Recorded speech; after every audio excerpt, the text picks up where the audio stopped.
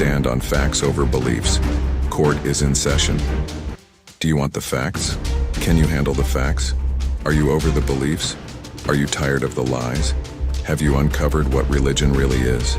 Do you identify as an Alkebulan kidnapped? If so, then welcome to The Verdict, where we stand on facts over beliefs. Court is in session. Do you want the facts? Court is in session. What it do? Yeah, it's your brother, man, from the motherland, coming to you guys live from the NY. For those that don't know, who am I am Junns, the Honorable Junns, the voice for the AKs, the voice for the voiceless, and the Redeemer for the voiceless. I want to give nothing but thanks and honor to the ancestors, to the creators, to the Alkebulan deities that hover over us, and last but not least, to all you guys from every single platform, whether it's Instagram, Facebook, TikTok, YouTube, Rumble. We are here, we are live. Just to give you guys a quick FYI, I am also recording this on TikTok. So TikTok, you guys, check this out. You can watch this in its full totality on YouTube. But in the meantime, if you want to stay here and listen, please do. Please interject. Please give your 311 because we need this. Because today we're going to be banging the gavel a lot. And when I mean a lot, I mean a lot. And today's conversation is, did God break the covenant first, or was it us? Who really broke the covenant? Conversation we're going to have. Please, I'm letting you guys know this from now. If you are emotional, if you are one of those people that's going to live and die for religion and want to come back with pure madness, please, the exit is that way. But if you have open-minded and you want to understand what is going on, then please take a seat, grab some wine. I don't care, roll up a blunt, do whatever you need to do, but just sit back and be prepared for this conversation. So today we're putting, yes, the God of the Bible on trial today. The God of the Bible is on trial today because of a covenant that he gave us. And now we don't know if the covenant is, you know what I'm saying? We don't know. We don't know if this covenant was really given unto us.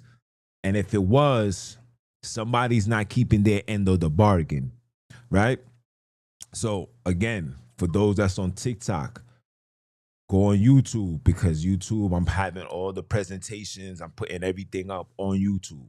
So if you really want to see what's really being said and what's really being viewed, follow me on YouTube, ROD Pod, or for some apparent reason, YouTube won't release the Repent or Die. So just type in Repent or Die podcast and you probably will see this well handsome young man. You know what I'm saying? But without further ado, we're going to have a conversation, like I said, about the Biblos. Okay? And again, please, if you are emotional, religious, indoctrinated, and you're not open-minded, please exit, because I am not going to argue with you guys today. I have no energy. Okay, it's a beautiful, beautiful Saturday, right? So let's dive in. I will be pulling up the Bible as well. So just so you guys can know. So for those that's on YouTube, if you see me look to my right, just know that I'm looking at my phone, for those that's on TikTok as well. Okay. So we're going to start off with the covenant that God gave to Adam. Okay. Now, again, I want you guys to really process this while we go through this conversation. Okay. So the covenant that God gave with Adam was that you can have everything in this garden, but you can't eat from this particular tree. That's the covenant, right? Which means is he told Adam that, Adam agreed, And the rest is history. But this is the question that we gotta ask now. So God places a tree of knowledge in the garden, but then allowed the serpent, who was kicked out of the heavens for disobedience, and 2/3 of those angels came down into this earth. This is going according to biblical text. So God's greatest creation, which was man, was created, put into a garden. But the serpent, who was once in the heavens, came down and end up in the same garden, this righteous garden, to go in there to mislead man to believing that they won't die, for the judgment to end up being death, right? So God knows all things according to the Biblos. He sees things. He is the Alpha and the Omega. He sees things from the beginning to the end. So which means that when Adam was created, right? When Adam was created, let me show my face before we proceed. When Adam was created, he knew that the serpent was going to be there.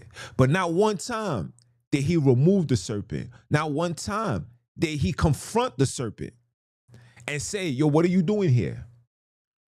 Why are you in my space? Not one time. But he allowed the serpent to be there. And when man fell for what the serpent did, there was more punishment placed on man than the serpent. Because guess what? According to the Biblos, the serpent is still alive. But man, me and you, us human beings, we dying every year. We dying every day, every minute, every second, every hour. Over a covenant, an agreement that I had with God. And if we have a covenant or an agreement with each other, you want me to keep my end of the bargain. Isn't it your job to keep your end of the bargain too, God? Wasn't your job as the Almighty, as the all superior, all powerful, wasn't your job to ensure that your greatest creation, which was us, be protected in the garden by any means necessary?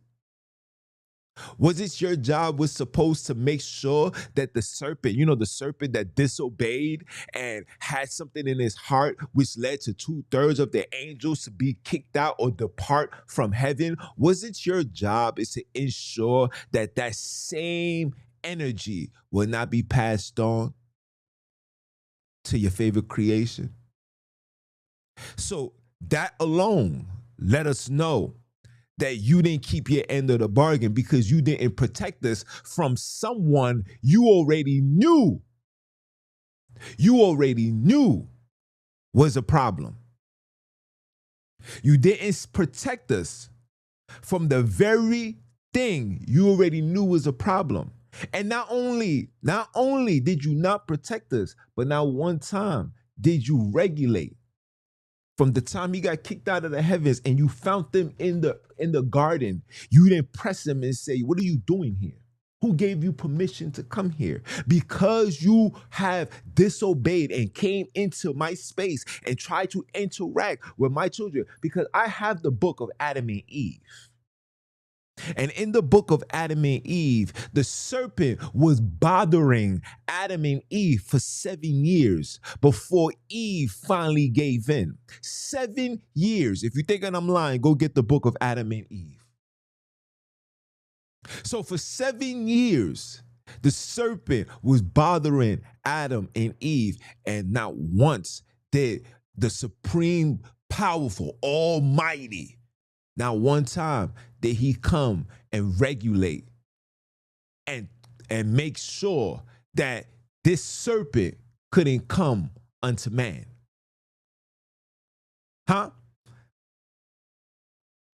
Right? So you ask yourself this question: was this a setup, or this was a setup, or this was a test? I believe that this was a setup. Because according to your doctrine, according to your word, Your word said that you are seeing of all things. You see things happening before it happened. So you knew that the serpent was going to be there. You knew that we was going to be in the garden. You knew we was going to be under attack. But not one time did you defend nor regulate for your best creation, which is man. So which is it? I think this was a setup. But let's carry on. And again, guys, we'll be going through the Bible as well. So please be prepared. Now, let's go to the Noahic covenant. Yes, there was a covenant that was given with Noah, and we're gonna go through that. Let's go to Genesis 9, please. Let me put this out the way. Hold on, guys. Hold on. There we go. We're going to go through Genesis 9. We're going to talk about Genesis 9. Hold on. I want to make sure this is nice and beautiful. Okay? We're going to go through Genesis 9.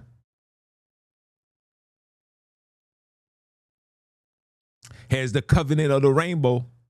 Let's read this, please. For those that's following me on TikTok, that's watching this on TikTok, come over onto YouTube so we can read the Biblos together. Because I don't want you guys to make it seem like this is me saying this. I want you to read this with your own two eyes. This is not me. We're going to read it together. Genesis 9:1, it says, "And God blessed Noah and his sons and said unto him, Be fruitful and multiply and replenish the earth. And the fear of you and the dread of you shall be upon every beast of the earth, and upon every fowl of the air, upon all that moveth upon the earth, and upon all fishes of the sea. In your hands are they delivered." So basically, the same covenant he made with Adam in the beginning, right? Adam had dominions over all the animals, gave them names, etc., etc. This is part 2 of this. Now that a flood occurred, okay. And speaking of a flood, how did the flood even happen? Could it be because you allow a serpent to come into the space of your greatest creation, and out of that came destruction? Think about it, people. We're gonna have a conversation today, and a lot of you guys will be upset, but it's time for us to put things to rest because it's stressing us out. Let's go. Every moving thing that liveth shall be meat for you. Even as the green herb, I will give you all things. Now, here's another contradiction. Genesis 9:3 says, every living thing that liveth.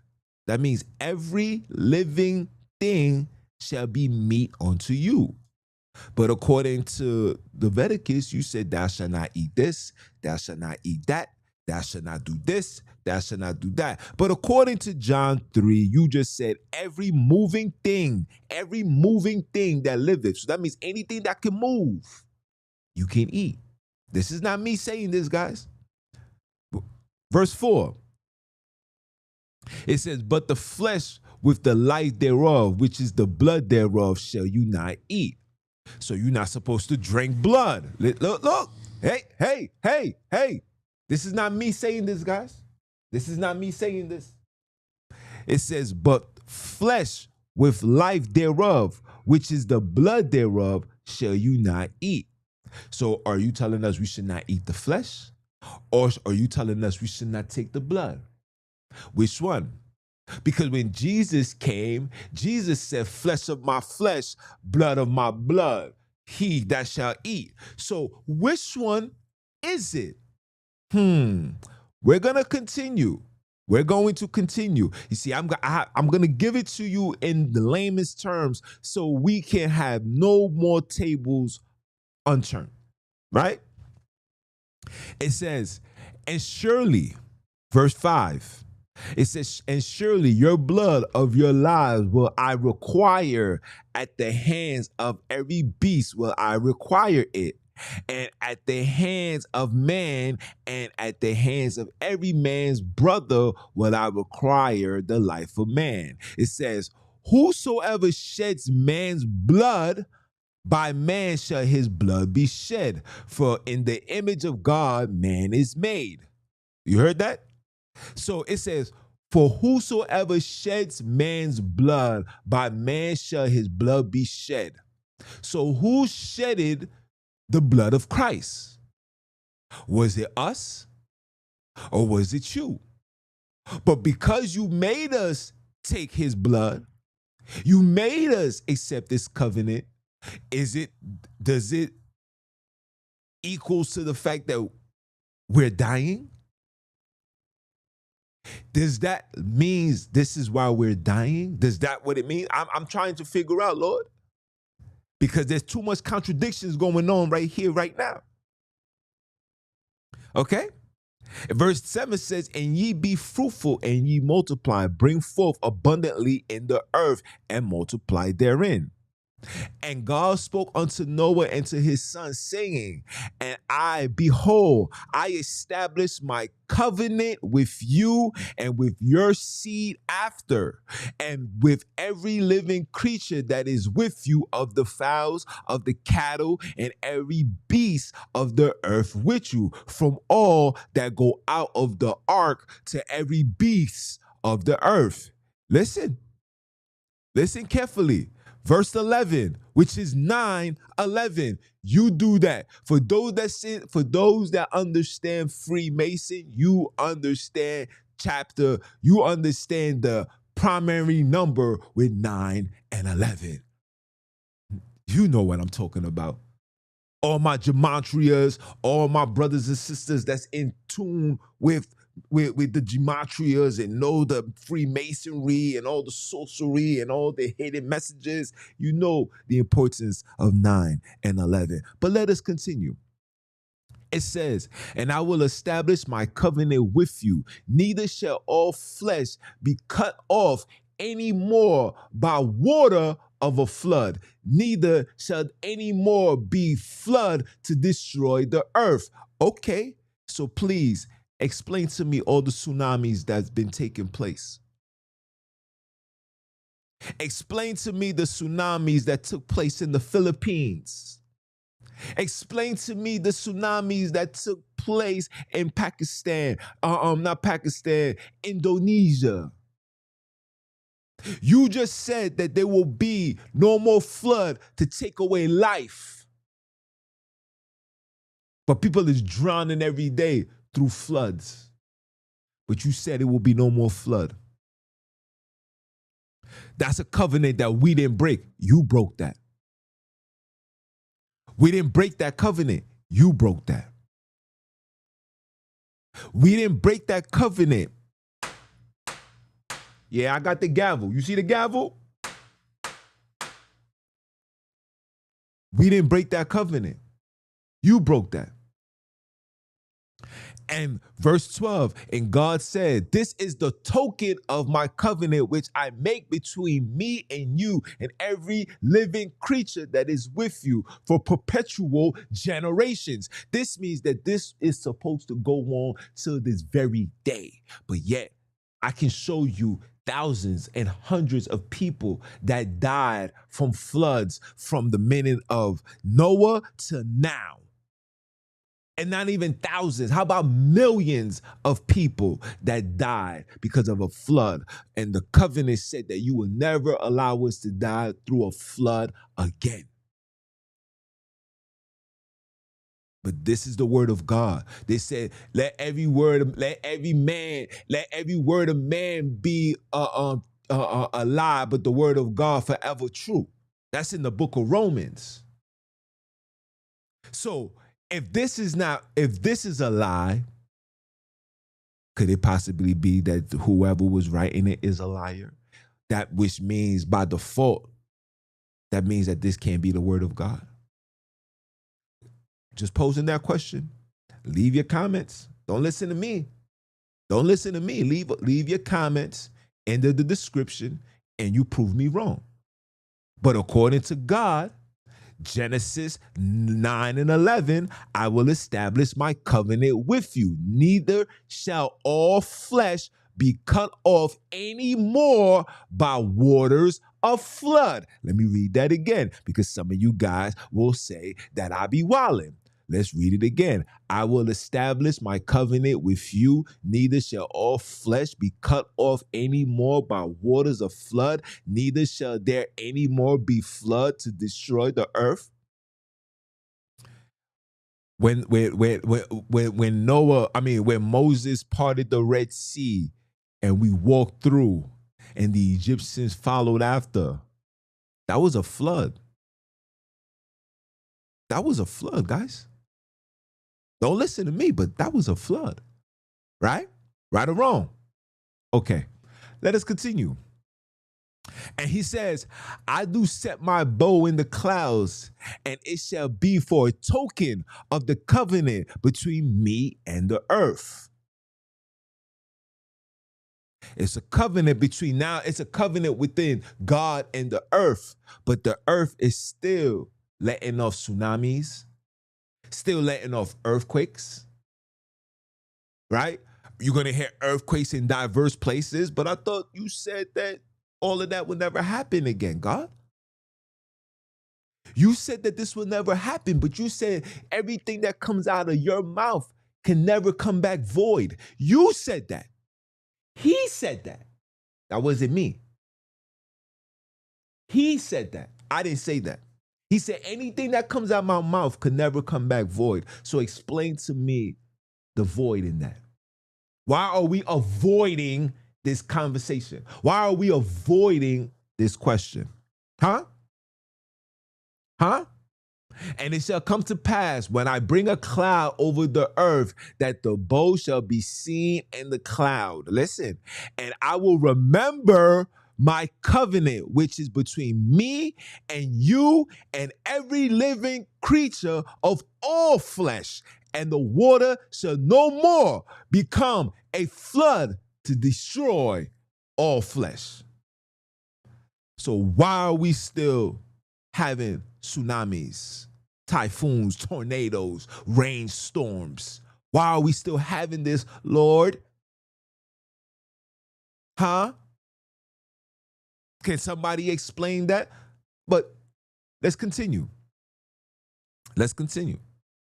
Because he keeps saying it. Right? He says it again. Right? And I will remember my covenant which I made between me and you and every living creature of all flesh, and all the waters shall no more become flood to destroy flesh. And the bow shall be in the clouds, and I will look upon it, that I will remember the everlasting covenant. That's not me saying this. This is Genesis 9 verse 16. Let's talk about it. The everlasting covenant between God and every living creature of all flesh that's upon the earth. I know you guys tune in, and when you see me coming after your God, you run away. You run away. This is what religion do to cowards. Religion is creating cowards, not warriors. Cowards. Because if you was real, you would have looked at this and said, hold on. Your prayers would have been a lot different. Your conversation would have been a lot different. You would have said, yo, God, hold on, God. You said this, but you giving me that. But then I'm getting penalized. We're the ones getting the short end of the stick. But you're not even keeping the very first covenant that you made with Noah and his children and all the flesh. The last time I checked, I'm flesh. The last time I checked, I'm flesh. The last time you checked, you was flesh. But you guys are too coward. You chicken. You scared. You scared because when people like myself put it on the hot table, when we put this on the hot seat, nobody want to sit down now. Everybody want to scatter and run. Scatter. That's why Jesus called y'all the lost sheep, because y'all scatter. I'm not a sheep. I'd rather be a snake than a sheep, because you know a snake, when you get too close, I might just bite your ass. But a sheep, I can slap you up and down. I can throw you in front of a car and get hit and hope that somebody's going to come and redeem me. Stop. This is not me. Okay? And God said unto Noah, listen, it continues. And God said unto Noah, this is the token of the covenant which I have established between me and all flesh that is upon the earth. And the sons of Noah that went forth of the ark were Shem, Ham, Japheth. Ham is the father of Canaan, right? These are the three sons of Noah, and of them was the whole earth overspread. And Noah began to be a husband, and he planted a vineyard. But we're not going to continue. We're not going to continue anymore. I just wanted to just keep it on the covenant. Keep it on the covenant, guys. Okay? Tsunamis, hurricanes, floods. You see, it still continues. Nature still kills under his watch. That's a promise that's broken. That's another covenant that was broken. But let us continue. The Abrahamic covenant. Let's go to Genesis 17. Let's go to Genesis 17, shall we? Let's go to Genesis 17. Oh, yeah, we're not playing today. We're not playing today. We're not playing today. Let's read. Let's read.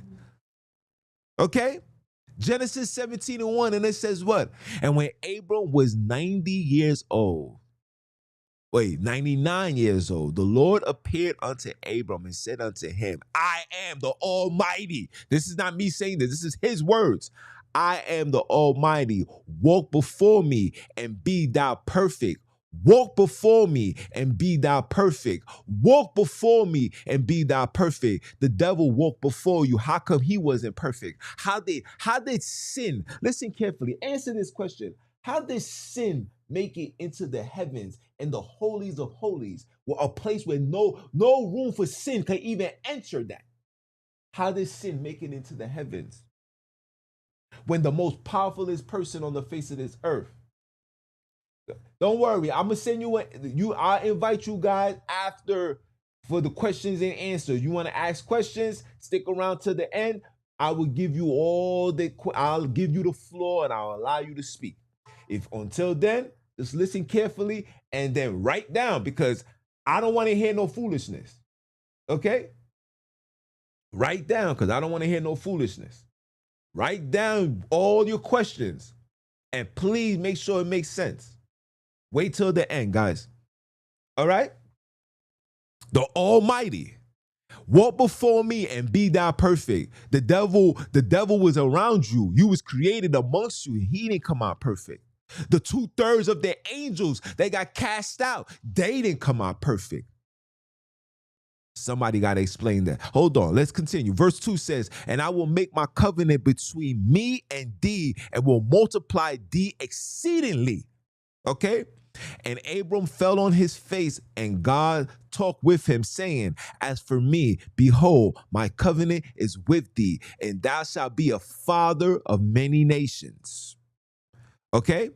It says, neither shall thy name any more be called Abram, but thy name shall be called Abraham, for a father of many nations have I made thee.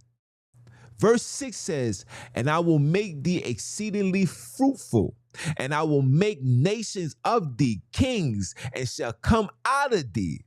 And I will establish my covenant between me and thee and thy seeds after thee in their generation for an everlasting covenant, to be God unto thee and to thy seed after thee.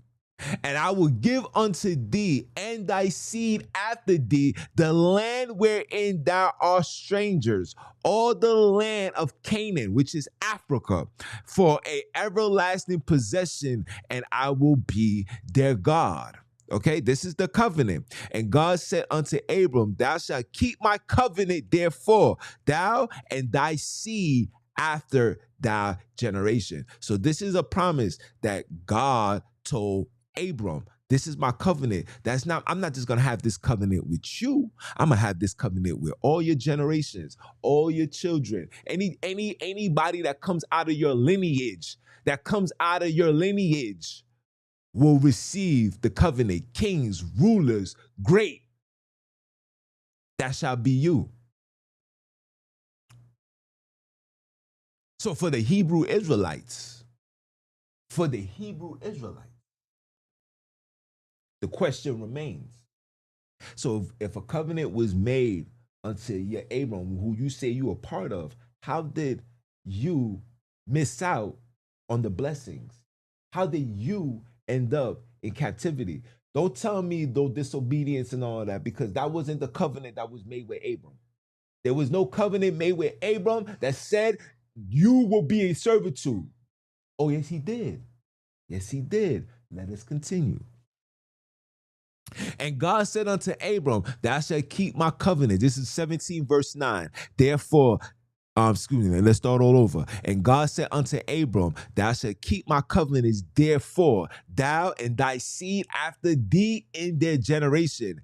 This is my covenant which I shall keep between me and you and thy seed after thee. Every man child among you shall be circumcised. So this is one of the requirements, circumcision. How many of us have been circumcised? How many of us have been circumcised? How many brothers is in jail right now that's been circumcised? How many brothers that's in jail right now has been circumcised? How many brothers that's living in low circumstances, poverty, highest poverty level you can imagine? How many of them is circumcised? So here's another covenant that's not being kept by God. It's another covenant that's not being kept by God. Let's continue. Right?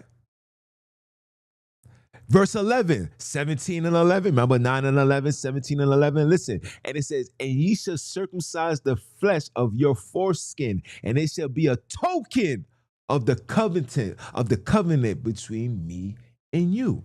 This is a covenant. This is an everlasting covenant between me and you. Right? And he that is in the 8-day-old shall be circumcised amongst you, every man child in your generation. He that is born in the house or bought with money of any stranger, which is not of thy seed. He that is born in thy house, and he that is brought with the money. So you could pay. You can pay. If you pay, you get a covenant. That means nothing bad is supposed to happen to you, even if you pay. This is not me saying this. This is coming out of the Biblos. This is Genesis 17, verse 13. Huh? Listen carefully. He that is born in thy house and he that is brought with thy money must need be circumcised, and my covenant shall be in your flesh for an everlasting covenant. An everlasting covenant. Huh? Verse 14 says, and the uncircumcised man, child, whose flesh of his foreskin is not circumcised, that soul shall be cut off from his people. He had broken my covenant. I'm circumcised. My boys are circumcised. But why are we still being cast out? Why are we still being cast out? Huh? Huh? Why are we cut off? Why have we been cut off? We've been cut off from our land. We've been cut off from our heritage. We've been cut off from everything. But we kept the very first contract that you made with our so-called father.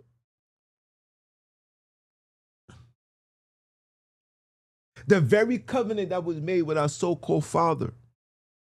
We kept it. But yet here we are still being cut off. We're still being cut off, guys. Huh? Let us continue. Let us continue. We just getting started. Huh? Let me read 14 again. And the uncircumcised man child whose flesh of his foreskin is not circumcised, that soul shall be cut off from his people. He had broken my covenant. But what about those that did the circumcision and is still being cut off from his people? That means a contract was breached. Because you didn't tell us that. That's not what you told Abram, God. That's not what you told them. We're putting everything on trial. Let's continue. Let us continue, people, please. Let us continue. All right? So let's come back. Let's come back to the reality. Right? We was promised the land. Oh no, I didn't even finish the other part. Hold on. We didn't finish yet. There's still more to the covenant. Hold on. Check this out. Check this out, people. And God said unto Abraham, as for Sarah thy wife, thou shalt not call her Sarah, but Sarah shall be her name be. And I will bless her, and I will give thee a son also of her. Yea, I will bless her, and she shall be a mother of nations. Kings of people shall be of her. Then Abraham fell upon his face and laughed and said in his heart, shall a child be born unto him that is 100 years old? And shall Sarah that is 90 years old bear? And Abraham said unto God, oh, that Ishmael might live before thee. And God said, Sarah thy wife shall bear thy son indeed, and thou shalt call his name Isaac, and I will establish my covenant with him for an everlasting covenant, and with his seed after him. As for Ishmael, I will hear thee. Behold, I have blessed him, and I will make him fruitful and will multiply him exceedingly. 12 princes shall he begot, and I will make him a great nation. But listen carefully. But my covenant will I establish with Isaac, with Sarah shall bear unto thee at the set time in the next year. And he left off talking with him, and God went up to Abraham, and Abraham took Ishmael his son, and all that were born in the house, and all that were bought with his money, every male among the men upon Abram's house, and circumcised the flesh of the foreskin, and the self same day as God has said unto him. And Abram was 99 years old when he circumcised in the flesh of his foreskin. This is a 99-year-old man. I want you guys to process this. This is a 99-year-old man cutting the tip of his you-know-what at 99. Do you know the fragileness in somebody's hands at 99 years old? But when I say it, I'm the bad guy. Let us continue. And Ishmael, his son, was 13 years old. When you hear the key word, 13, how old was Jesus when he was standing amongst the disciples teaching? Okay, let us continue. And self day was Abram circumcised, and Ishmael his son, and all the men of his house born in the house and brought with money of strangers were circumcised with him. Let's go to the next one.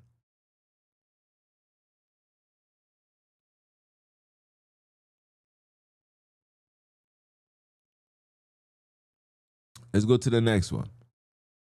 Because I want to show you that promise that he said. Oh, did I read it already? Hold on. I know a lot of you guys. Listen, man. We putting everything on the table now, man. All of these contradictions. I'm tired. Let me give a shout out to the bro. Appreciate the word of wisdom, because it let me know how cultish and wicked this Biblos really is, and how it has absolutely no connection with the Alkebulan people. But let us continue. We're going to continue with the contradictions. Hold on. Let me go back. Let me go back, guys. Okay? So in reality, we were supposed to be given, we keep the covenant, we be circumcised, we're going to be kings, rulers of many nations, etc., etc. And it said that if you don't get circumcised, you shall be cut off. But when you look through history, wasn't the slaves circumcised? How did the colonizers come into a land filled with people that is circumcised? According to the covenant, wasn't we supposed to be protected? Again, another level of protection that needs to be displayed from God to us, nowhere to be seen. But yet this is us though, right? This is a story about us though, right? We the reason why we in captivity. I really want you guys to process that. We are the reasons why we in captivity, because we was disobedient and not keeping the laws. Huh? We're the reason why, right? Let us continue. Now we're going to go into the Mosaic covenant. The covenant that all Hebrews, all Bantus, everybody wants to run to. We're going to have a conversation. 613 laws, which we all know nobody can keep.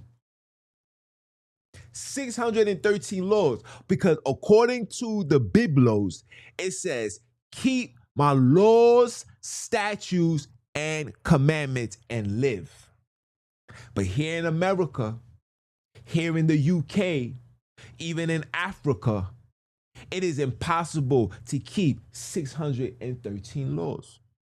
So then are you telling us you gave us a manual for us to fail? You gave us a blueprint to fail. Right or wrong? Am I lying? Right? And then not only that, you gave us speculations. This is what comes with your disobedience, right? So you gave us 613 laws that you know that no man can keep. Because even when you look all through the Bibles, how did we fall? Right? Because we wasn't keeping the laws, right? We wasn't keeping the laws, the 613 laws, we wasn't keeping that, right? So that explains why we was falling, right? So you gave us 613 laws that we was unable to keep. 613 laws, guys, that we was unable to keep. I'm not gonna go through them 613s. For those that don't know, go read the book of Leviticus, okay? But we're gonna go to Deuteronomy. We're gonna go to the Israelites' favorite book, guys. Hold on. We're gonna go to the Israelites' favorite book, guys. Am I here?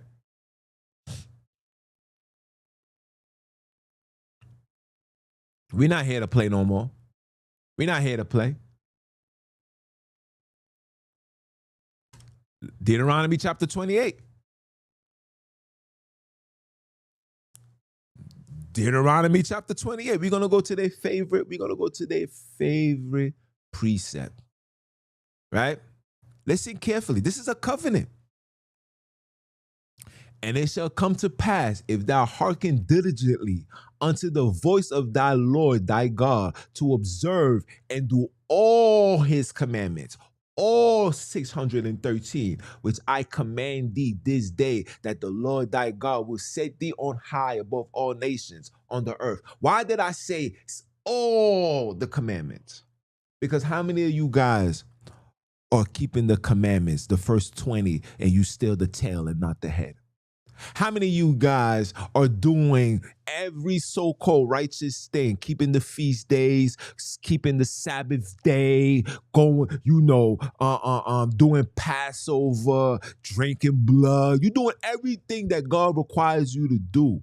But yet you still the tail. But yet you still in the projects. But yet you still living check to check. You are a paycheck away from being homeless. You are a paycheck away from losing your job, losing your car, phone being turned off. All of this is going on. Wow, you are supposed to be keeping the commandments, because according to God, this is not me. According to God, it says to do all his commandments.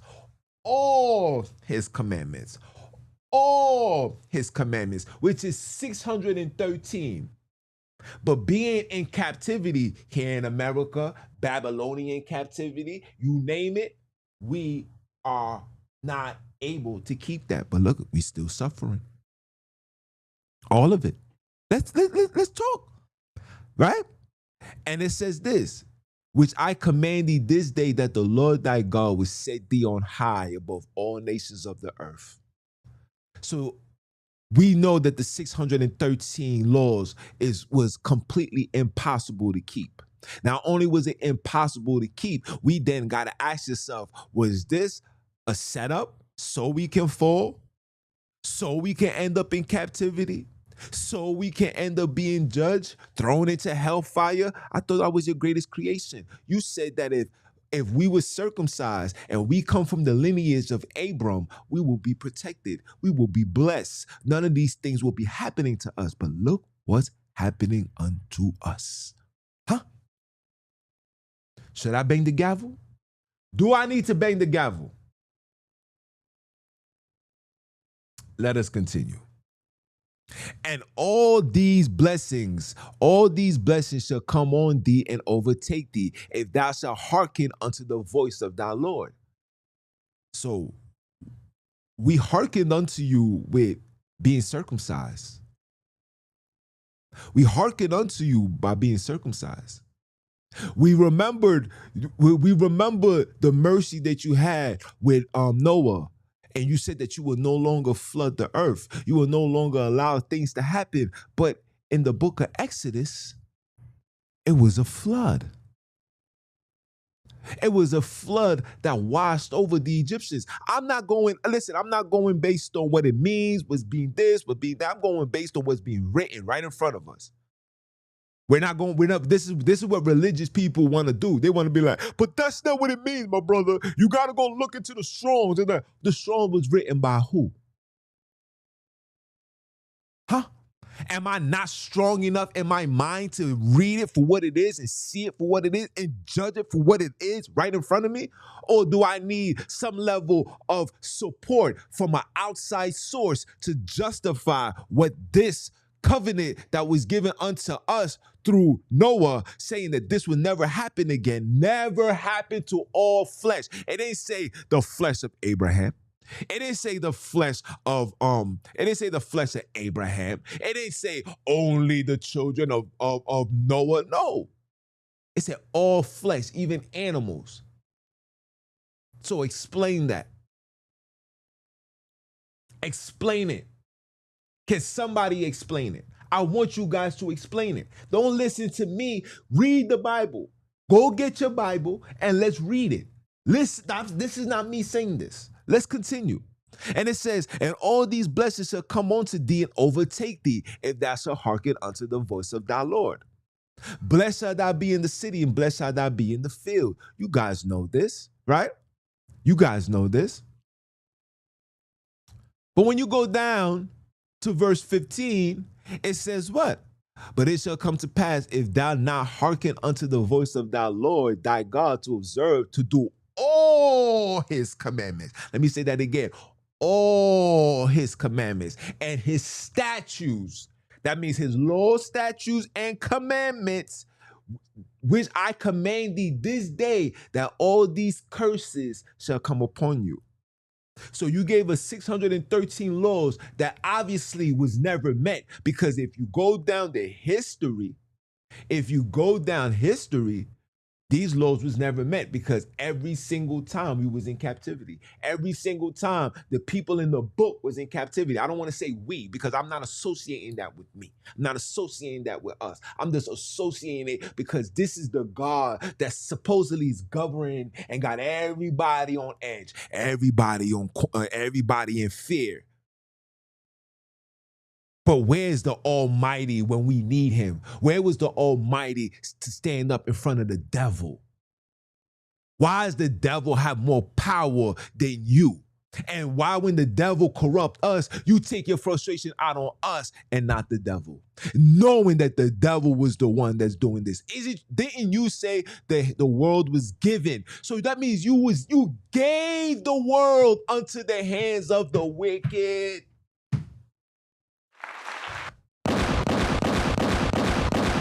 you dumb? You gave the world unto the hands of the wicked. Your world that you created, that's your footstool. You gave it to the very people you kicked out of the heavens. And you allowed the very person that you kicked out of the heavens to mislead, to misguide, to deceive your greatest creation. And instead of taking it out on the deceiver, you took it out on the receiver. You took it out on the believer, the ones that believed in you, the ones that trust in you, the ones that honored you, the ones that been keeping their end of the bargain from the very beginning. We walk with you, and look what you did to us. Huh? Another covenant that was broken. And it's not by us. You put us in you can't take me out my home, bring me into a place, and then the place that you bring me in has rules and regulations that's gonna lead to either me dying, my children being taken away, separated, etc. You expect me to now follow your ways. How can I follow your ways when you put me in a place where I'm not even allowed to follow your ways? So is this another setup? Is this a setup for failure? Are you doing this for us to fail? When are you going to do things for us to rise? Forget rise. When are you going to protect us? 13 million. There's been 13 million people dead. 7,600 people has died in the Congo just in 2025. 7,000 people, children included. Where are you to protect your very precious creation? The ones that have been circumcised. Where? But let us continue. Let us continue. We're going to have a good one, guys.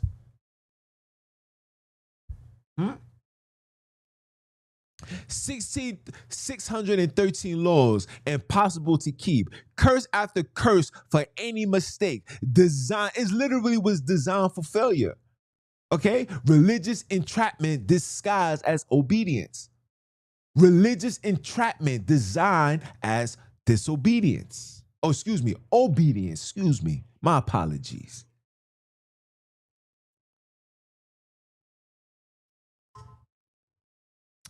Oh, we're gonna talk about the David law. The David law. Let's go to David chapter 2. David, 2 Samuel chapter 7. Can we? Shall we? Why not? Why not? We put everything to rest. Where is that? 2 Samuel's right here. Okay? Let's read. Let's read, guys. Let's read.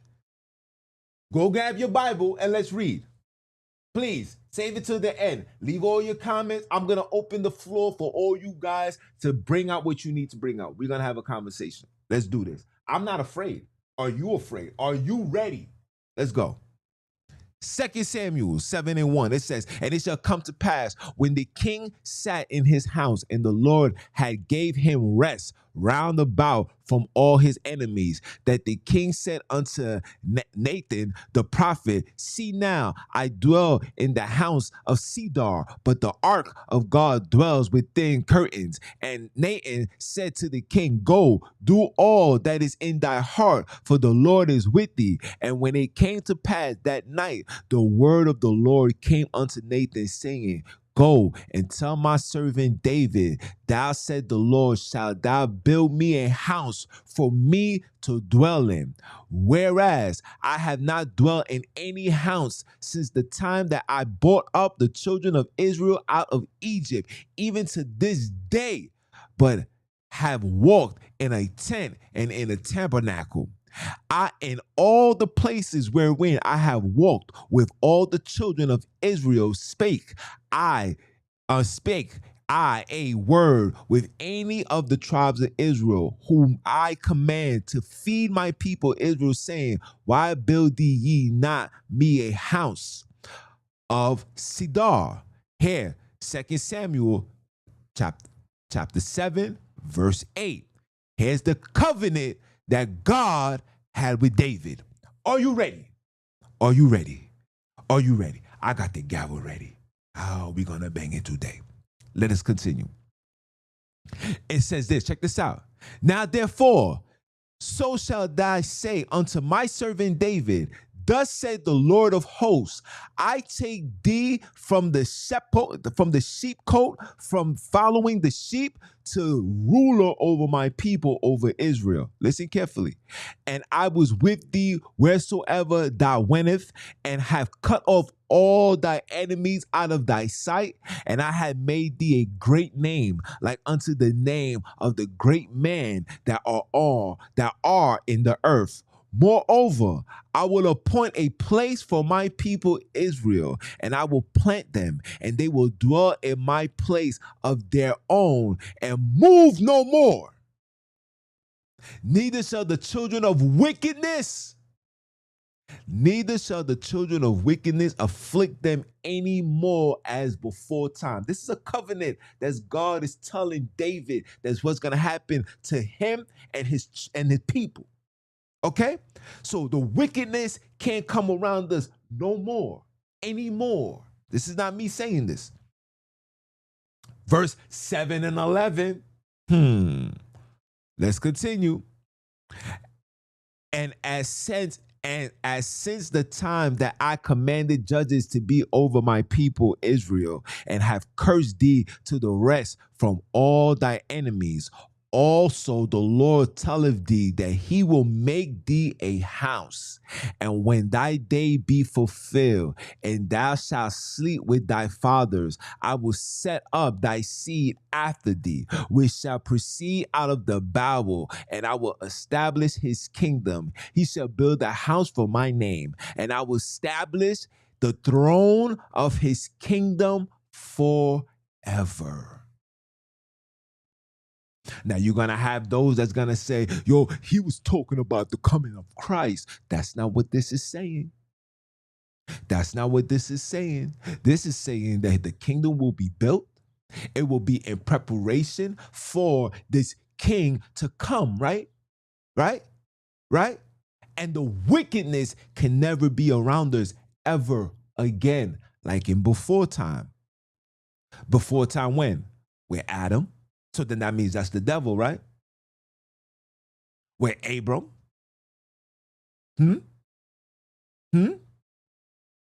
Was it with Moses? Because there was a lot of covenants that was taking place. But you just said that there will be no more evil, no more wickedness amongst us like before time. Let's continue. Let's finish reading. Let's finish. All right? It says, and when thy day shall be fulfilled, and thou shalt sleep. I read this, but I'm going to read it again. This is 7 and 12. Sleep with thy fathers. I will set up thy seed after thee, which shall proceed out of thy bowels, and I will establish his kingdom. He shall build a house for my name, and I will establish the throne of his kingdom forever. I will be his father, and he shall be my son. If he commits iniquity, I will chastise him with the rod of men, and with the stripes of the children of men. But my mercy shall not depart away from him, as I took it away from Saul, whom I put away before thee. And thy house and thy kingdom shall be established forever before thee. Thy throne shall be established forever. So how did Joseph end up being a carpenter, hiding in Nazareth, where according to the Biblos, Nazareth was the slums of the slums?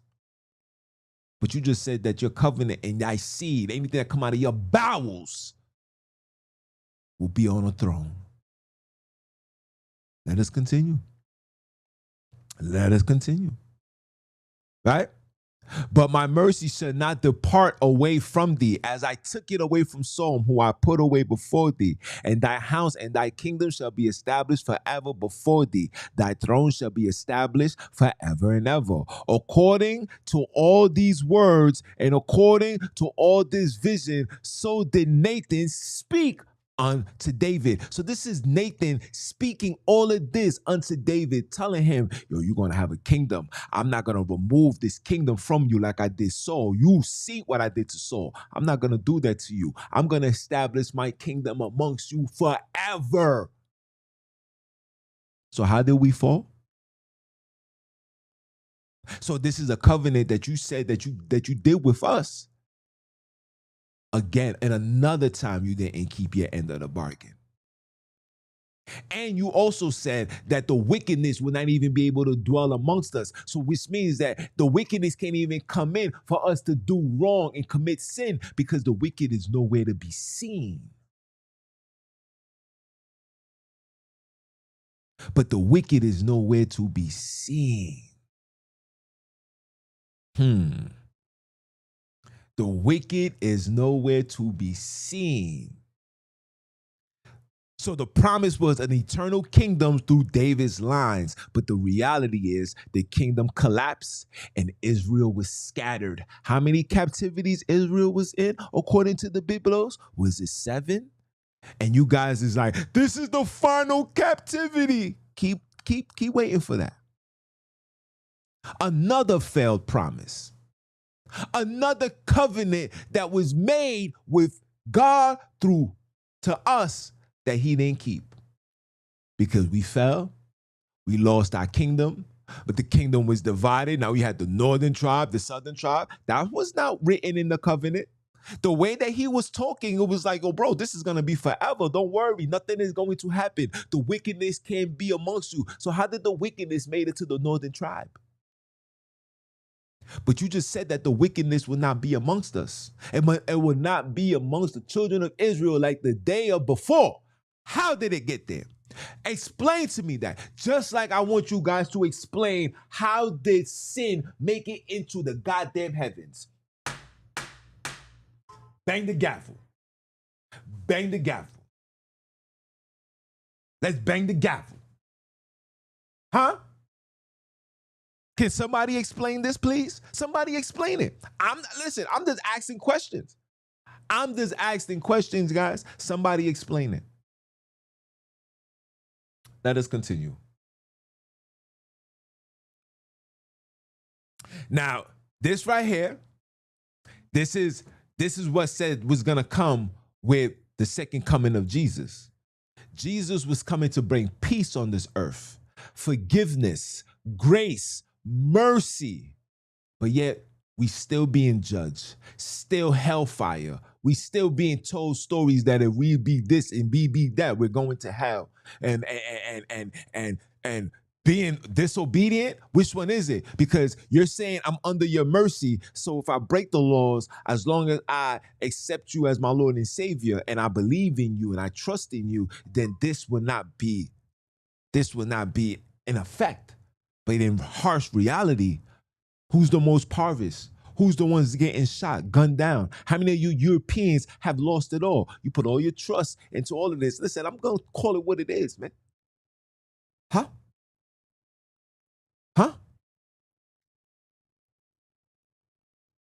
Genesis, Job, Jeremiah, Matthews, Revelations. Genesis was what? Tree trap, and mass destruction. These are the covenants that took place just in the book of Genesis. The book of Job, a righteous man was tortured over a bet. God made a bet with the very person that got cast out of the heavens. And listen, hold on. Let's ask this question. Let's ask the question. If the devil got cast out of the heavens, how was the devil then able to come to and fro from the earth into the heavens? And God asked him, yo, where are you coming from? And the devil said, I was just going through and fro around the earth, seeing what can I do. And then God said, did you try my servant Job? Let's go. Let's read. Let's get. Can we go there, guys? Can we go there? Please hit the likes. Put all the hearts. I need all that. I need all that. I need all that. Because this is where the facts is.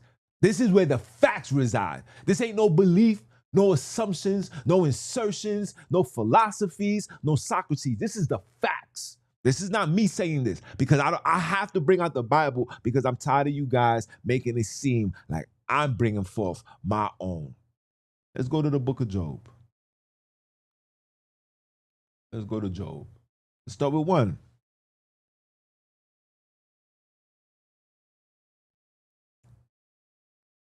Huh? Let's start. Let's go. Let's start. Let's just read from the beginning. Let's read straight from the top. Oh.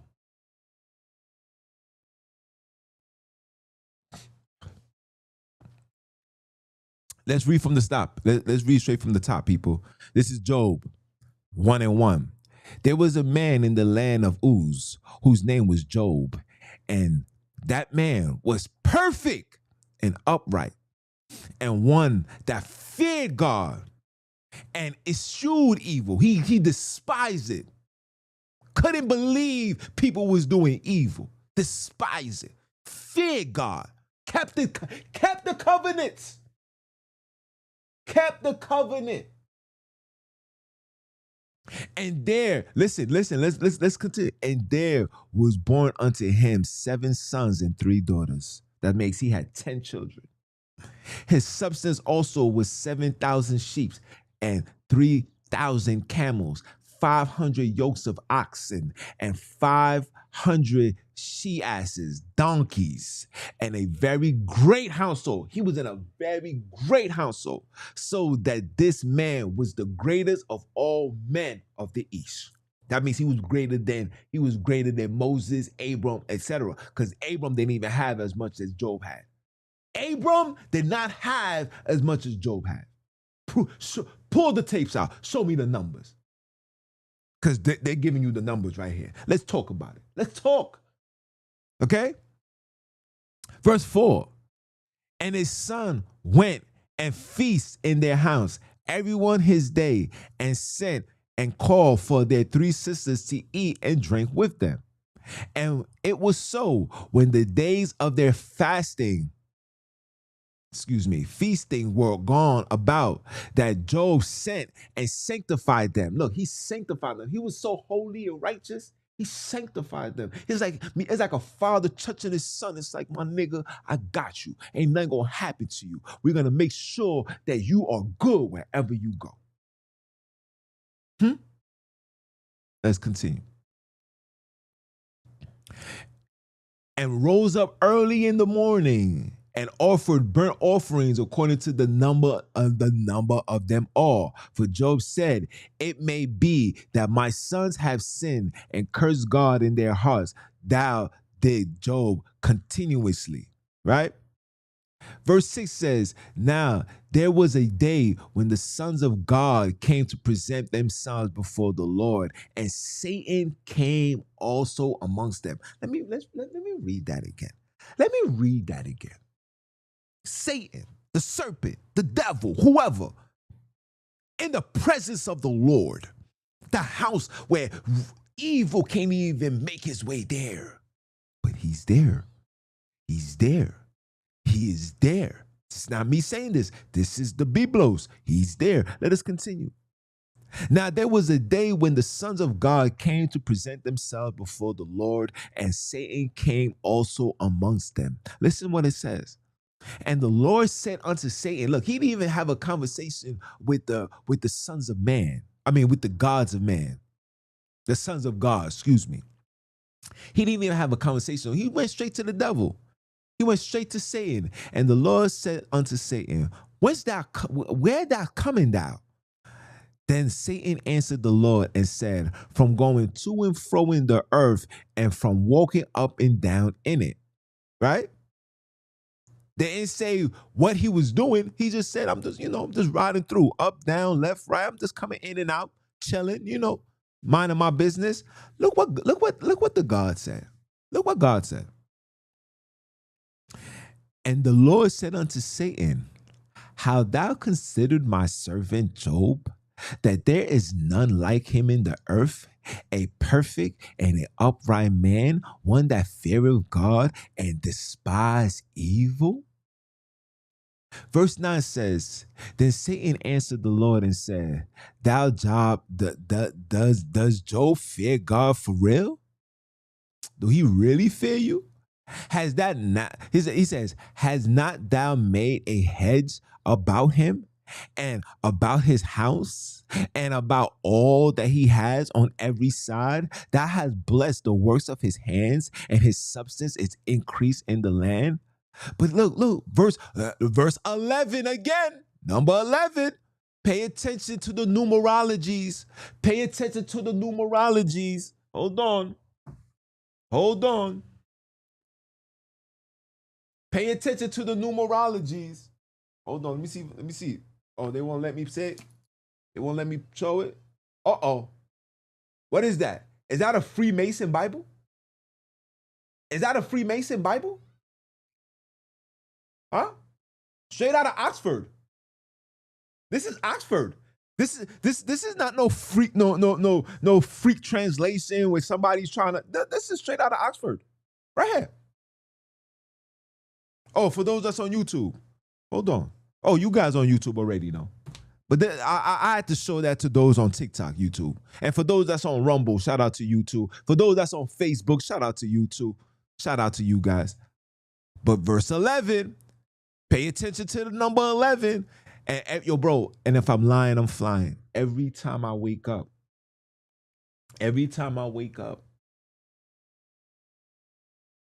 when it's 9/11, my eyes automatically can see it on the watch, see it on the stove, see it outside in my car while I'm driving. I see that. Think about that. Verse 11, what it says, but put forth thy hand now and touch all that he has. And listen, and he will curse thee to thy face. Right? That's what the devil said. And the Lord said unto Satan, behold, all that he has is in thy power. Only upon himself put now forth thy hand. So Satan went forth, right, from the presence of the Lord. And Satan, Satan allowed to test Job. And verse 13, number 13, pay attention to number 13. And there was a day when his sons and his daughters were eating and drinking wine in their eldest brother's house. And there came a messenger unto Job, saying, the oxen were plowing, and the asses feeding beside them. And the Sabeans fell upon them and took them away. Yea, they have slain thy servants with the edge of the sword, and I only came and escaped alone to thee. So basically, the devil and God had an agreement. And the agreement was, the reason why Job is where he's at is because you're protecting him. God says, take that covenant that you've made with Abram, Isaac, Jacob, Noah, Adam, whoever, take that off him and watch how I'm going to break him in half. And God said, this is my fellow servant. He will never disobey. But the question that I ask, why would God even want to play like that in the first place? Why would God want to play like that in the first place? Why would God want to play like that in the first place? Huh? If I'm your favorite, I'm your chosen, I'm doing everything you tell me to do. Why would you? Because according to your covenant, it says, if you keep my commandments, I will protect thee. I shall be with thee. I shall dwell with thee. I will walk with thee, etc., etc. But here's a man that's doing all of that. And you took it upon yourself to take a wager. You took it upon yourself to take a wager.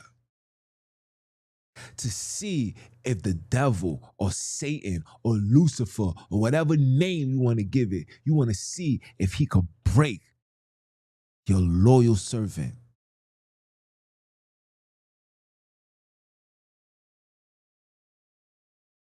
You got to make that make sense.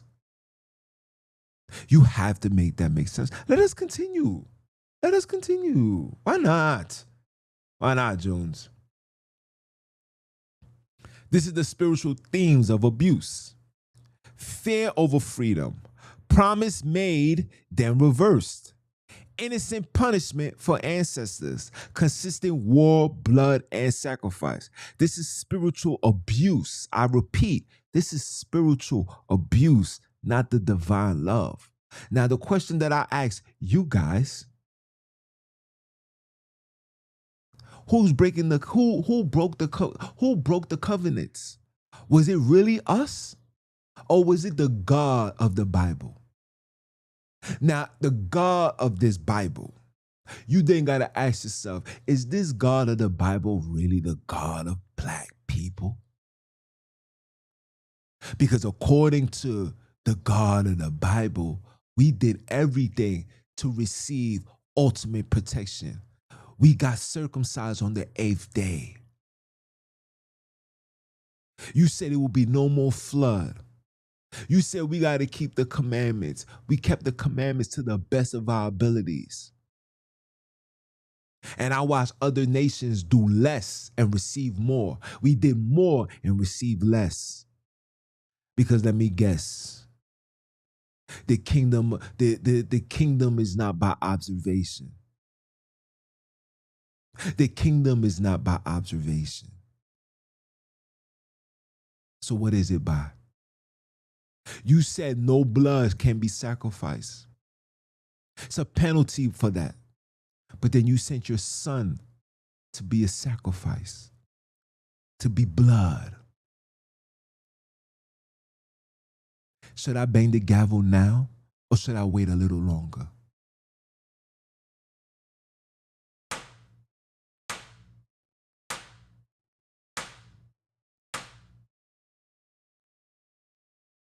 Your God has been found guilty of lies, has been found guilty of covenant breaking, has been found guilty of lying to us, saying that this is for us, that he is the God of us. And for all those that's teaching that, you are teaching lies. You're not teaching the truth.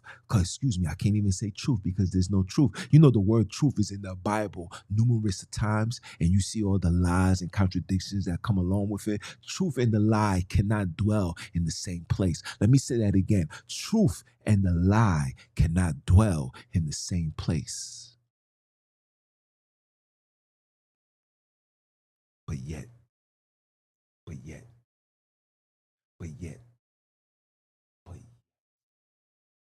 you have been living a lie.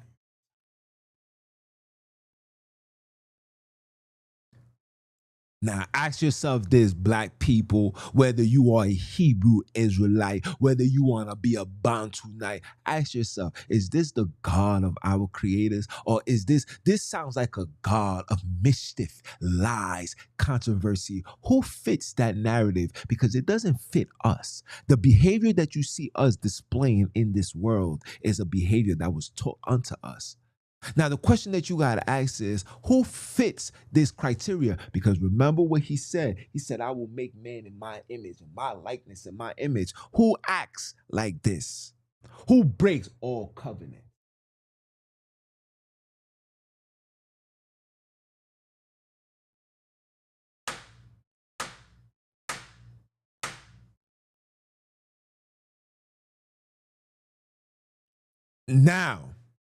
Now, the floor is yours. For those that want to come in, ask your questions, please. The invitation, send the invite, and I will allow you to proceed to come in. You guys will have 2 minutes max to prove your point. Prove to me, show us that this God is ours. Show me and show me who broke the covenant first. Was it us or was it God? I'm waiting.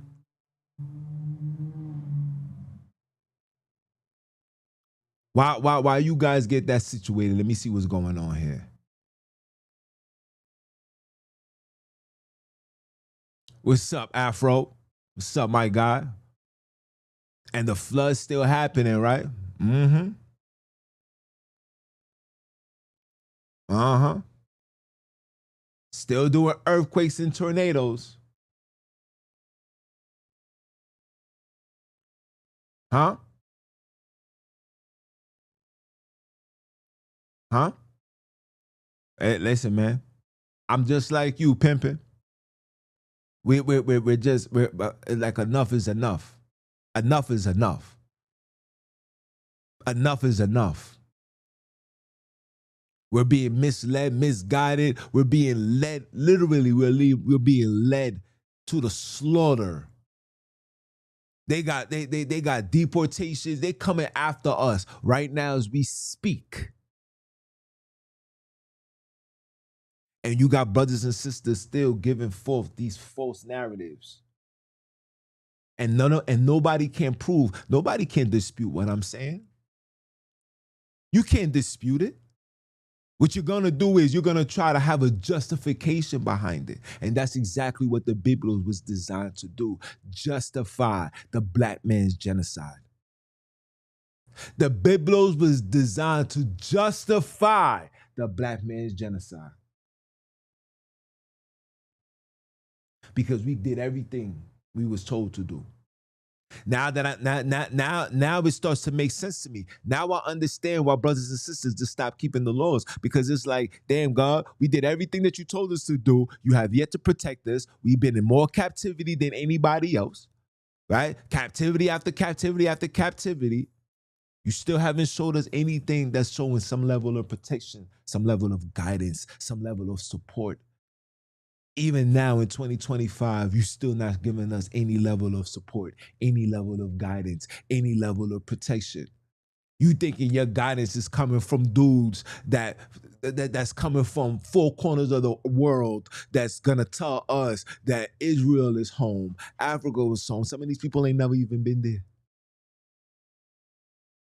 If you tell us that we from Israel, pinpoint the exact location where we was dwelling at, where Jesus dwelled. If we coming from South Africa, where in South Africa? I need the very exact location. Jesus died in Africa. Show me the exact location. How come nobody knows about these locations? How come nobody knows of nothing? And the argument is coming from what? These people is giving us maps that was put together by the Europeans. These people is giving us maps that was given unto us by the Europeans. And you're saying that this is us. Where's the maps that was put together by the black man? You don't think we that intelligent to do that? You don't think we was that smart to do that? Because according to historical texts, we was traveling all around the world.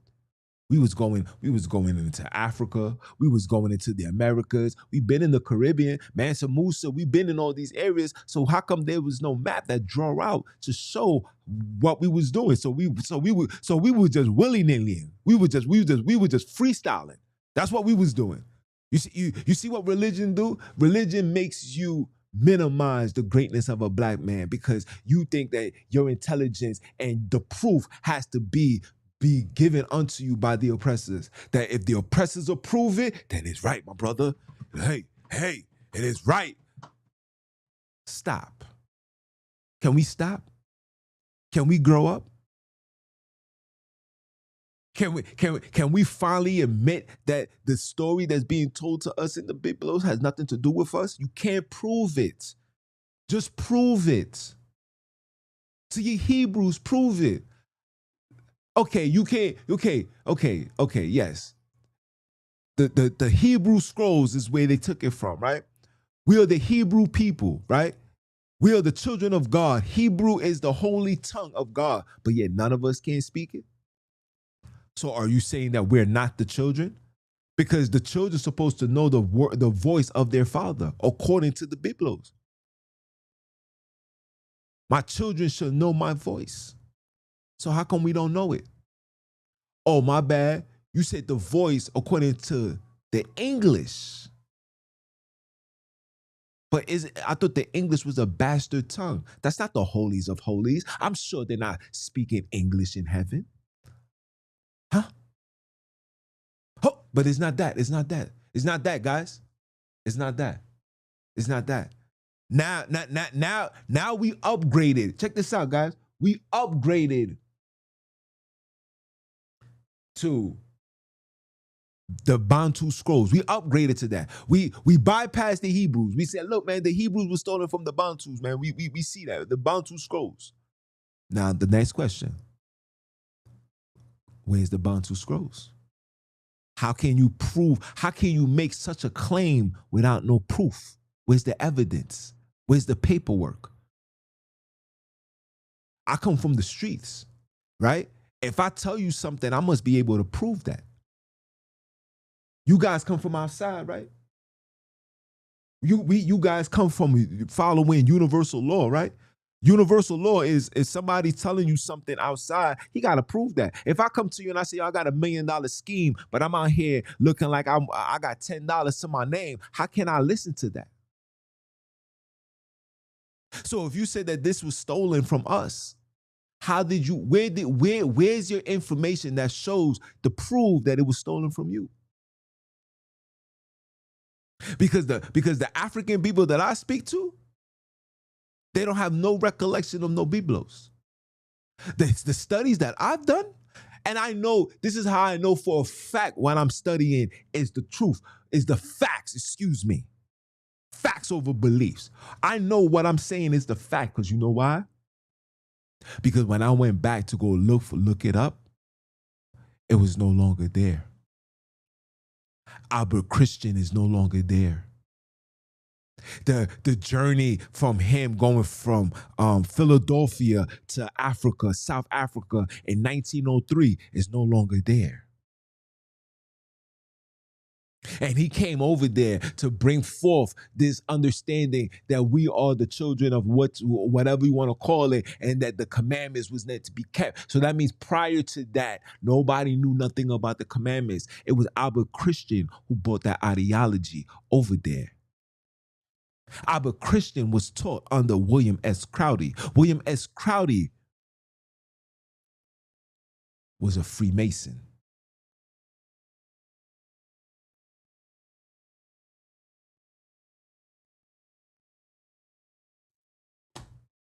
William S. Crowdy was a Freemason.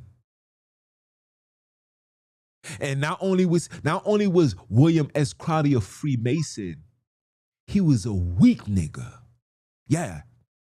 Go read the history about this man. He was a weak nigga, soft. He ran like a little weirdo from the opposition. He ran. And then he joined the army. Not joined the army to fight. He joined the army to be a cook. He was weak. Now it explains why you Hebrew Israelites are so weak. Now it explains why you Hebrew Israelites are so weak. Because they said, look, they said the fruit can't fall too far from the tree. It explains why you guys is weak. It explains why when people like me come on the scene with fire and anger and ready to war, you say, relax, my brother, what's wrong with you? Jesus got the way, man. Jesus grabbed the wheel. I said, Jesus grabbing the wheel? Messinisi grabbing the wheel? Yeshaya grabbing the wheel? Yeshua grabbing the wheel? Please. You niggas is lost. You're lost. You are of your father. You're doing what your father did. Your father was a coward. You a coward. Religion is making coward men. Softies, like the ice cream truck. Softies, like the ice cream truck. But everybody a gangster when it comes to each other, though. When it comes to the black man, everybody tough, though. Who gave you that behavior? Who gave you that behavior? Who gave you that understanding and the acceptance of self-hate? Huh? Huh? Do I need to continue banging the gavel on you heathens, Hebrews, and heathenites? This is not about me being upset. I could care less. Think I care? Once I found out that this was all lies, this is the happiest I've ever been. I woke up today and I went to work out. I went running. I see my OGs that I grew up with having a good time. You know, they're older now. They're all gathering together, playing basketball, grown men, just enjoying life. Not being subject under fear of a doctrine that was given, that we know historically was given unto us by the oppressors. Now you got these folks that's trying to, minimize that by saying that they stole it from us. They stole this ideology from us. So if they stole it from you, they doing a way better job because they seem to be the head and you are the tail. They seem to be doing a way better job than you. For a promise that wasn't given unto them, they seem to be doing a way better job than you. Don't give me Romans 13, the number 13 again. The number 13 again.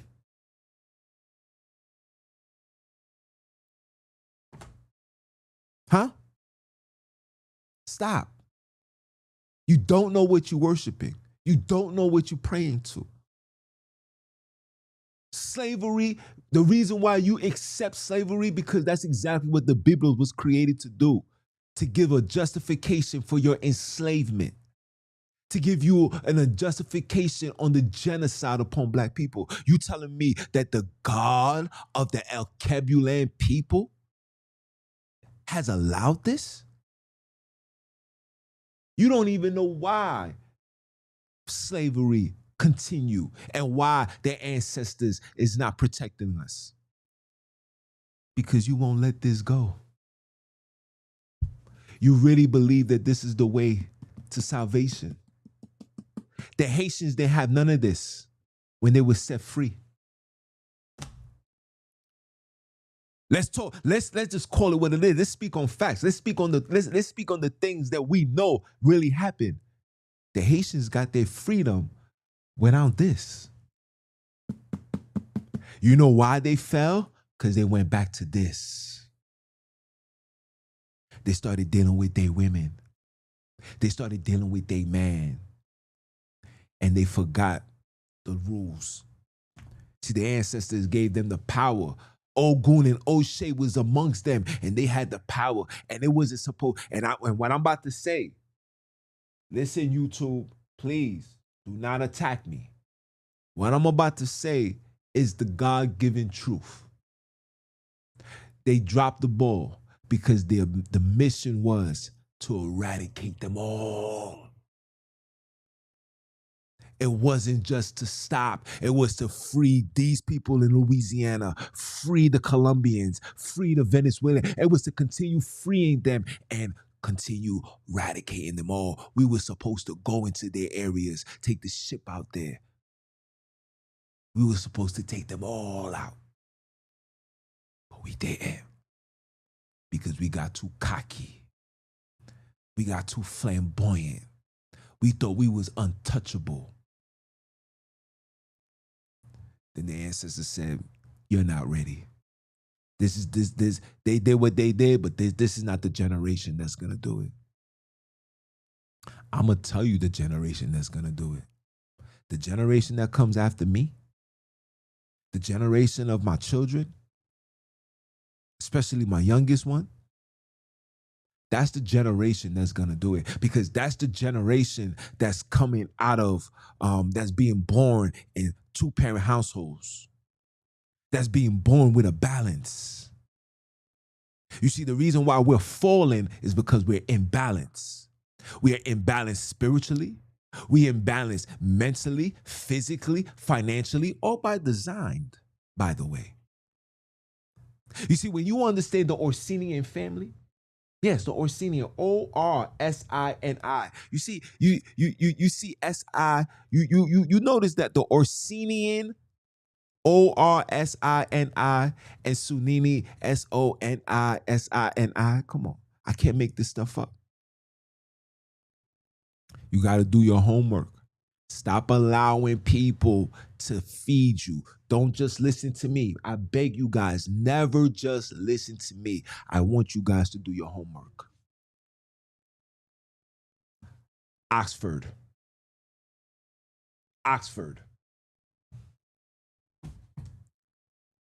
The Quran.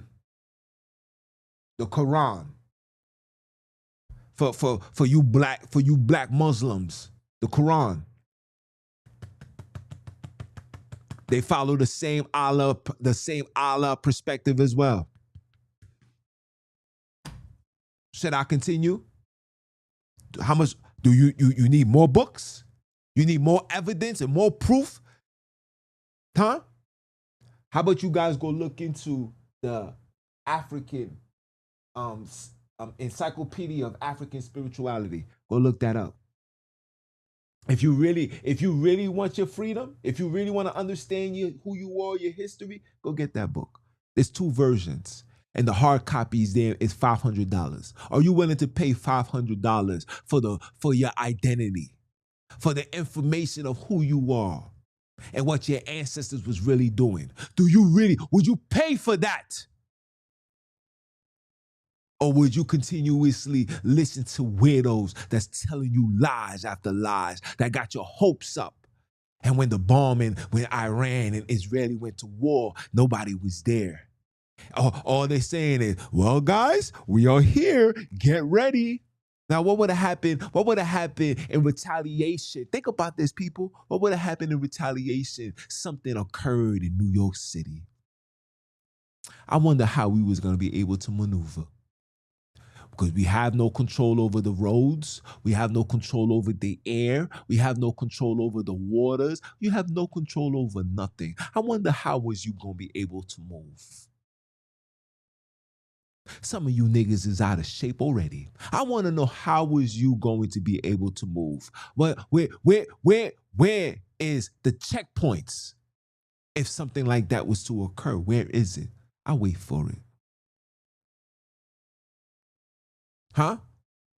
Deadly Lioness, explain to me where you gonna run to? You out in the West? Where you gonna run to? Who's gonna be there to protect you? Huh? Huh? Huh? Why hasn't this God healed your situation? You devoted all of that and nothing has happened. Huh? Nobody's answered those questions.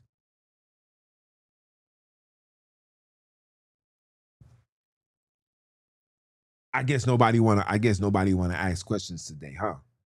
Nobody wanna ask no questions.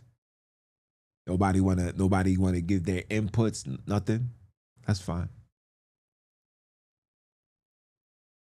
I'ma continuously attack this nonsense until there's no more. I'ma continuously put my foot on all these religious necks until there's no more.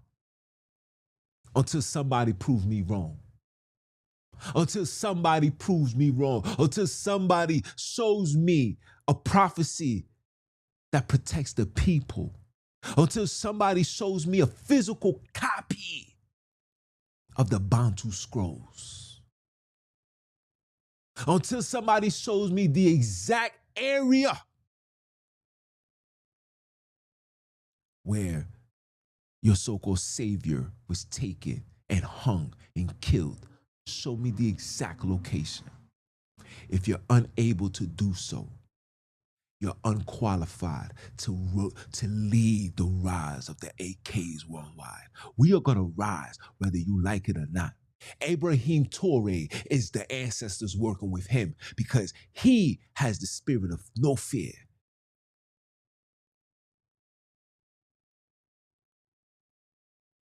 No fear. And when he runs into me, If it be the ancestors' will and we cross that path, I will remove that Islamic bullshit from his head. I will remove it. Just like I'm removing this Euro-Christian ideology from all the AKs worldwide. You think YouTube don't know what's going on? You think Rumble don't know what's going on? You think Facebook don't know what's going on? You think TikTok don't know what's going on? Who is this man? He didn't come from our schools. Your teacher came from their schools. He didn't come from my school. How is he gaining all this knowledge and wisdom? I'm going to tell you how. It's their ancestors that's moving with me. It's the creators. You see, the minute I put the plural into the creation of man, and I didn't make it sound like this gay trinity that these people, and the fact that you guys still don't see that is absurd to me. The cross, the creation of the cross was a mimic of the Anunnaki, well, I forgot what they call it. The Anunnaki, which is life, which is, you see the ovaries, which is the top, and the bottom is the you know what that goes in together, which means life. These people took it and said, no, I want it to be two dicks, because you gotta be a dickhead to put on two sticks around your neck thinking that you're saved. Gotta be a dickhead. And that's what they did. And the fact that you don't see that, even when they tell you about the three trinities, they tell you the three trinities is a male. The Father, the Son, and the Holy Spirit, they tell you the three trinities is a male, and you still can't see the lie. You still can't see the lie.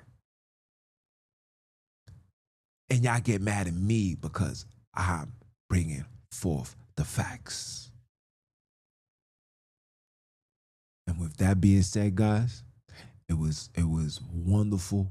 I appreciate you guys tuning in. Again, my apologies for those that saw on TikTok. Shout out to you. Salute. If it's your first time, make sure it's not your last time, man. Come, join the movement.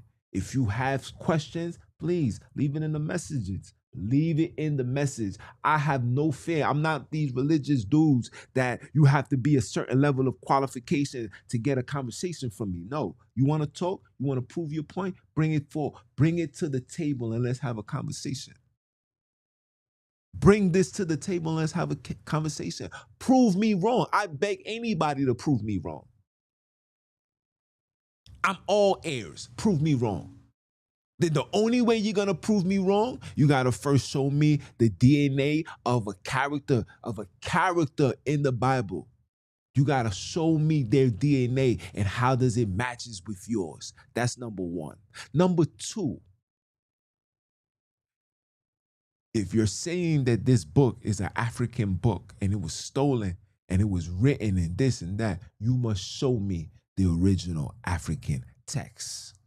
If you're unable to do so and you don't have access to it, then you need to sit down and relax. And let's start focusing on the facts. The fact of the matter is this book has done more damage to Alkebulan than any other thing on the face of this earth. Religion is the foundation of all European structures worldwide. Okay? America is governed and it follows the canon law.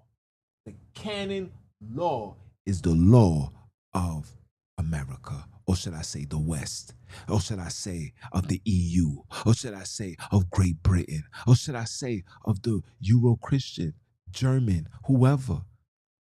Everything is under the canon law. What is the canon? The Biblos. And with that being said, for those that don't know who I am him, the voice for the kidnaps, the voice for the voiceless, the Alkebulan representative. Are you dumb or are you dumb? And I'm holler at y'all. One.